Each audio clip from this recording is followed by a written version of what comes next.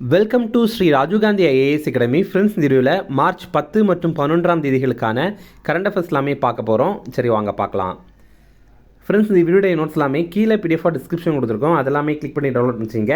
அப்புறம் நம்ம Telegram group லிங்க்மே கீழே டிஸ்கிரிப்ஷன் கொடுத்துருக்கோம். அதுலேயுமே கிளிக் பண்ணி ஜாயின் பண்ணிங்க. நம்முடைய டெலகிராம் குரூப்பில் கரண்ட் அஃபேர்ஸ் குயிசஸ் நடத்திட்டு வரோம். நீங்களுமே ஜாயின் பண்ணி அட்டன் பண்ணிக்கலாம். ஓகே, சரி வாங்க பார்க்கலாம். ஃபஸ்ட்டு, தற்போது எங்கு கற்றணை தூரும் அறிவு சிலை திறக்கப்பட்டது? இதற்கான ஆன்சர் மெரினா கடற்கரை. இப்போ பார்த்தீங்க அப்படின்னா கற்றணை தூரும் அறிவு அப்படிங்கிற பேரில் ஒரு சிலையை திறந்து வைத்திருக்காங்க. இதுதான் அந்த சிலை. இது எங்கே திறந்து வைத்திருக்காங்க அப்படின்னா சென்னையில் விவேகானந்தர் இல்லம் பக்கத்தில் மெரினா கடற்கரையில் திறந்து வைத்திருக்காங்க. தமிழக பள்ளி கல்வித்துறையுடைய வளர்ச்சியை வெளிப்படுத்துகிற வகையில் இது உருவாக்கியிருக்காங்க. இதோடைய மதிப்பு மட்டும் ரூபாய் 1.43 கோடி ரூபாய். இந்த சிற்பம் கற்றல் ஒருவருடைய லட்சியங்களையும் கனவுகளையும் சாதனைகளாக மாற்ற தருணத்தை குறிக்குது. அடுத்தது, ஜிடி நாயுடு சிலையை முதல்வர் எங்கு திறந்து வைத்தார்? இதற்கான ஆன்சர் கோவை. இப்போ பார்த்தீங்கன்னா கோயம்புத்தூரில் ஜிடி நாயுடைய சிலை திறந்து வைத்திருக்காங்க. கோயம்புத்தூரில் அவினாசி பிரதான சாலையில் வஉசி பூங்காவில் தான் இதை அமைத்திருக்காங்க. ரூபாய் 50 லட்சம் மதிப்பில் இதை நிறுவியிருக்காங்க. ஜிடி நாயுடு இதோடைய விரிவாக்கம், இவருடைய பேர் விரிவாக்கம் என்ன அப்படின்னா கோபால் சுவாமி துரைசாமி நாயுடு அப்படிங்கிறது தான். இவர் கோயம்புத்தூரை சார்ந்தவர். இவர் இந்தியாவுடைய முதல் மின்சார மோட்டாரை கண்டுபிடித்தார். அதே மாதிரி மிக மெல்லிய சவர பிளேடுகளை இவர் கண்டுபிடித்தார்.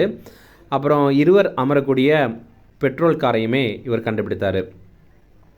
ஃப்ரெண்ட்ஸ், நம்ம ராஜீவ்காந்தி ஐஏஎஸ் அகாடமியில் இந்த ஆண்டு நடைபெற போகிற டிஎன்பிஎஸ்சி குரூப் 1 ப்ரிலிம்ஸ் எக்ஸாமுக்கான டெஸ்ட் ஸ்டார்ட் பண்ணியிருக்கோம். ரொம்ப குறைந்த கட்டணத்தில் இதை நம்ம நடத்துகிறோம். ஸ்க்ரீனில் தெரிகிற நம்பருக்கு கால் பண்ணி பேசி நீங்கள் இதில் ஜாயின் பண்ணிக்கலாம். அதே மாதிரி இந்த ஆண்டு நடைபெற போகிற டிஎன்பிஎஸ்சி குரூப் 2 எக்ஸாமுக்கான ப்ரிலிம்ஸ் டெஸ்ட் பேட்சுமே ஸ்டார்ட் பண்ணியிருக்கோம். இதையுமே நம்ம குறைந்த கட்டணத்தில் நடத்துகிறோம். ஸ்க்ரீனில் தெரிகிற நம்பருக்கு கால் பண்ணி பேசி நீங்கள் இதில் ஜாயின் பண்ணிக்கலாம்.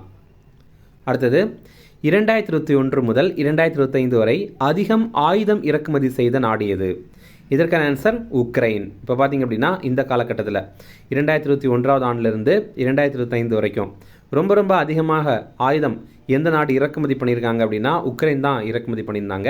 நமக்கு தெரியும், ரஷ்யா உக்ரைன் போர் நடைபெற்றது. அதில் உக்ரைனுக்கு ஆயுத பற்றாக்குறை ஏற்பட்டது. அதனால் அவங்க வெளிநாடுகளிலிருந்து ஆயுதங்களை இறக்குமதி பண்ணியிருந்தாங்க. 2வது இடத்துல இருக்கிறது நம்ம இந்தியா.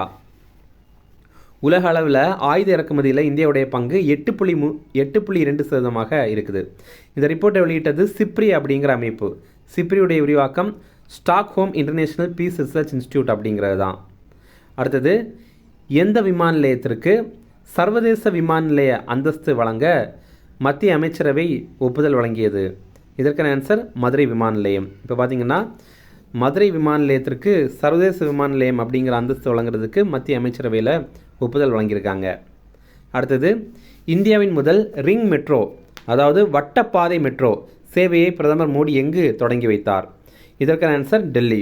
இந்த படத்தில் நீங்கள் பார்த்தீங்கன்னா தெரியும், முழுக்க ஒரு வட்டத்தின் மூலமாக இணைத்திருக்காங்க ஒரு மெட்ரோவை. அதுதான் இது. அந்த மாதிரி ஒரு மெட்ரோ டெல்லியில் அறிமுகம் பண்ணியிருக்காங்க. அடுத்தது, எந்த பெயரில் செயல்பட்டு வந்த டார்க் நெட் போதைப்பொருள் கும்பலை என்சிபி அமைப்பு கண்டுபிடித்தது? இதற்கான ஆன்சர் டீம் கல்கி. இப்போ பார்த்தீங்க அப்படின்னா டார்க் நெட் அப்படின்னா என்ன? நமக்கு இந்த கூகுள் குரோம்லலாம் நம்ம சர்ச் பண்ணுறோம்ல, அதே மாதிரி இன்னும் ஒரு நெட்டு தான் டார்க் நெட். அங்கே தான் போதைப் பொருட்கள் இந்த மாதிரிப்பட்ட விஷயங்கள்லாம் கிடைக்கும். ஓகேவா? அப்போ அந்த டார்க் நெட்டில் டீம் கல்கி அப்படிங்கிற பேரில் இந்தியா முழுவதுமே போதைப் பொருள் சப்ளை நடந்திருக்கு. அதை இப்போது என்சிபி அமைப்பு கண்டுபிடிச்சிருக்காங்க. என்சிபி அப்படின்னா நார்கோட்டிக்ஸ் கண்ட்ரோல் பியூரோ அப்படிங்கிறது தான். போதைப்பொருள் கட்டுப்பாட்டு வாரியம் போதைப்பொருள் கட்டுப்பாட்டு பணியகம் அப்படிங்கிறது தான். இந்த டீம் கல்கி அப்படிங்கிறது இந்தியா முழுவதுமே போதைப் பொருளை சப்ளை பண்ணுற ஒரு கும்பலாக இருந்திருக்கு. டார்க் நெட் மூலமாக தான் இந்த கும்பல் இயங்கியிருக்கு. இவங்க சிசன் அப்படிங்கிற ஒரு செயலி மூலமாக ஆர்டர்களை பெற்றிருக்காங்க. அடுத்தது, கொரியர் மூலமாக இந்த போதைப் பொருளை வழங்கியிருக்காங்க. அதே மாதிரி டெட் ட்ராப் அப்படிங்கிற ஒரு முறையிலையும் விநியோகம் பண்ணியிருக்காங்க. அது என்ன அப்படின்னா ஒரு ரகசிய இடத்துல வைத்து போகிறது, அப்புறம் அவங்க எடுத்துப்பாங்க அந்த மாதிரி. அப்புறம் கிரிப்டோ கரன்சி மூலமாக பணம் பெற்றிருக்காங்க. ஓகே. அடுத்தது, சர்வதேச மலேரியா மாநாடு 2026 எங்கு நடைபெற்றது? இதற்கான ஆன்சர் புதுடெல்லி. இப்போ டெல்லியில் இன்டர்நேஷ்னல் மலேரியா கான்ஃபரன்ஸ் நடைபெற்றது. இதை ஐசிஎம்ஆர் கீழே இருக்கிற அமைப்பு நடத்தியிருக்காங்க. அது national institute of malaria research அப்படிங்கிற அமைப்பு தான் நடத்தியிருக்காங்க.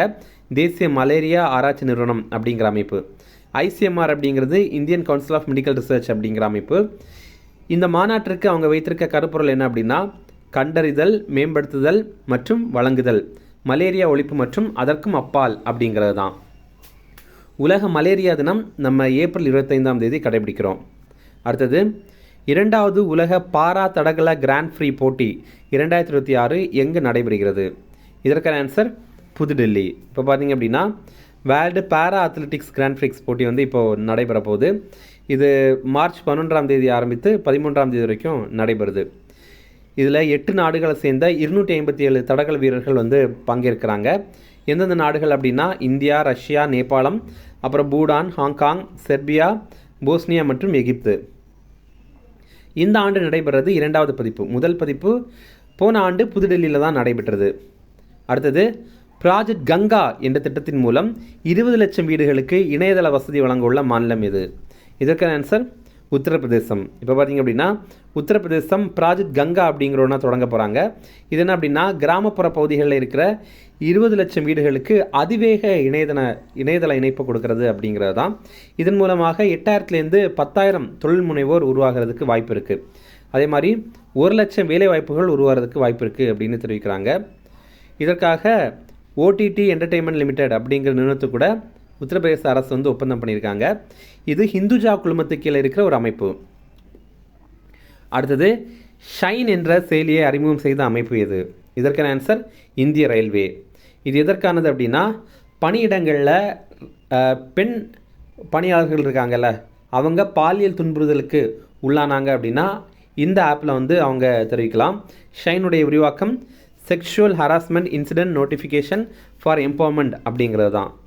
அடுத்தது, எல்னினோ வறட்சியால் பாதிக்கப்பட்ட எந்த நாட்டிற்கு இந்தியா 1000 டன் அரிசியை வழங்கியது?